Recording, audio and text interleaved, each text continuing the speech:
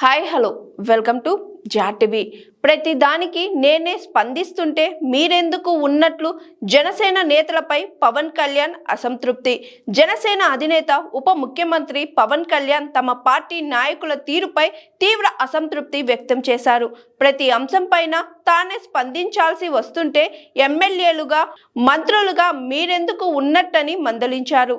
మంగళగిరిలోని సీకే కన్వెన్షన్లో జరిగిన జనసేన కార్యవర్గ సమావేశంలో ఆయన పార్టీ నాయకులకు కీలక దిశానిర్దేశం చేశారు. ప్రస్తుతం చర్చనీయాంశంగా మారిన తిరుపతి లడ్డు కల్తీ వ్యవహారంపై వైఎస్ఆర్సీపీ చేస్తున్న తప్పుడు ప్రచారాన్ని ఎందుకు బలంగా తిప్పికొట్టడం లేదని పవన్ ప్రశ్నించారు. ఈ కల్తీ వెనుక వైఎస్ఆర్సీపీ నేతలు కొందరు అధికారుల పాత్ర ఉందని ఆధారాలతో సహా నిరూపించాలని సూచించారు.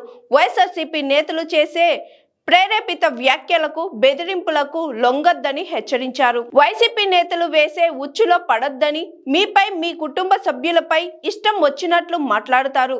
మహిళల విషయంలో మరింత జాగ్రత్తగా ఉండాలి అని పవన్ హితవు పలికారు. విమర్శలకు సిద్ధాంతపరంగా విషయ పరిజ్ఞానంతోనే సమాధానం చెప్పాలని స్పష్టం చేశారు. అదేవిధంగా అధికార కూటమిపై సోషల్ మీడియాలో అనవసర వ్యాఖ్యలు చేయకుండా కూటమి లక్ష్యాలపై దృష్టి పెట్టాలని ఆదేశించారు.